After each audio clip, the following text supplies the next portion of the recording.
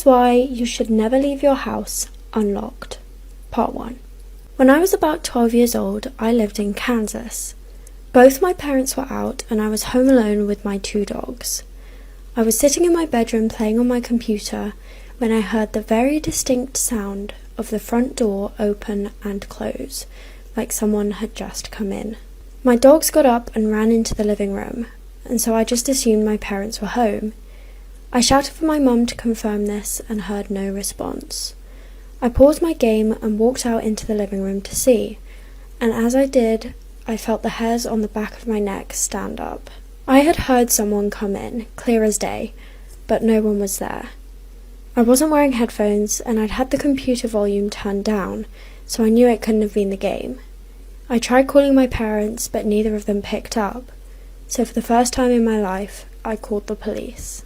This is why you should never leave your house unlocked. Part 2. I explained the situation to the 911 operator, and she told me that police were on their way. I stood there rooted to the spot, and not long after my parents got home. The police arrived shortly after, and told us that thieves usually wait until homeowners leave, check the door, and if it's unlocked they go in and take valuables. They checked the house but found no one. They said whoever it was probably left when they heard that someone was home. They told us to make sure that we lock the doors but not to worry too much.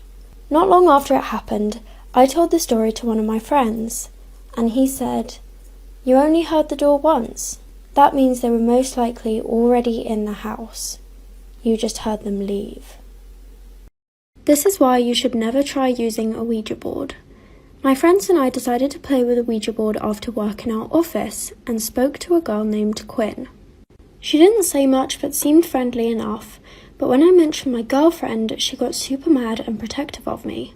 When it got to 2 a.m, we said goodbye to her, but about a week later, in the middle of the night, the office block that we worked in burnt down. It creeped us all out, so a week later we used the Ouija board again near a lake and asked for Quinn. When we got through to her, we asked if she started the fire, to which she responded, yes. About 2 weeks later, I was driving to my girlfriend's house with the board in the back of the truck. I didn't know it at the time, but my girlfriend was in fact cheating on me. But I guess Quinn knew because I lost control of the truck and flipped it upside down. When the cops arrived to make sure I was okay, they reminded me what road I was on. Route 666, Virginia. You guys asked for it, here's another story time.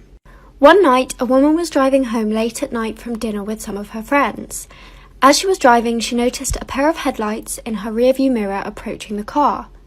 As this car pulled up behind her, she glanced and saw the driver switch the turn signal on as if it was about to pass, before suddenly swerving back behind her and pulling up dangerously close to her, flashing its lights. The frightened woman struggled to keep her eyes on the road and finally turned onto the exit.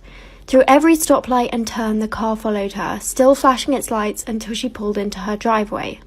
She figured her only hope was to make a dash into the house and call the police, but as she jumped out of the car, so did the driver of the car behind her, and he screamed, "Lock the doors and call 911. When the police arrived, it was revealed that as the man in the car had pulled up behind her, his headlights illuminated the car and he saw a silhouette of a man in the back seat reaching to grab the woman. Story time. When I was a child, my family and I moved into a big old 2-story house. Both my parents worked, so I was often home alone when I came home from school. One evening when I came home, the house was still dark. I called out for my mum just in case she was home and heard her sing-song voice reply from upstairs. I called her again as I climbed the stairs to see which room she was in and again heard the same response. We were decorating the house at the time and I didn't quite know my way around the maze of rooms yet, but I knew she was in one of the far ones right down the hall. Just as I reached for the handle of the door to let myself in the room, I heard the front door downstairs open and my mother call out for me. I jumped back terrified and ran down the stairs to her, but as I glanced back, the door to the room slowly opened a crack, and for a brief moment, I thought I saw something staring back at me. Was this a case of badly behaved children or something else? One morning, I was with my mum in the bathroom of our house while she was getting ready. She was acting a little distant, so I asked her if everything was okay, and she told me about something that had happened the night before. At about 2 a.m, she had been woken up by a strange noise, so she got up and went to see where it was coming from. It seemed to be coming from the bathroom, and as she walked in, she saw a hairdryer plugged in and turned on in the middle of the floor. She thought it was strange, but that it was probably just one of the kids, and went back to bed. About an hour later, she was woken up again by the same sound, but this time when she went to check, it was coming from downstairs. Once again, the hairdryer was in the middle of the floor, but this time in the downstairs bathroom. As she's telling me this story, I turn to look at the closet in her bathroom, and as I do, the entire light bulb smashes into pieces.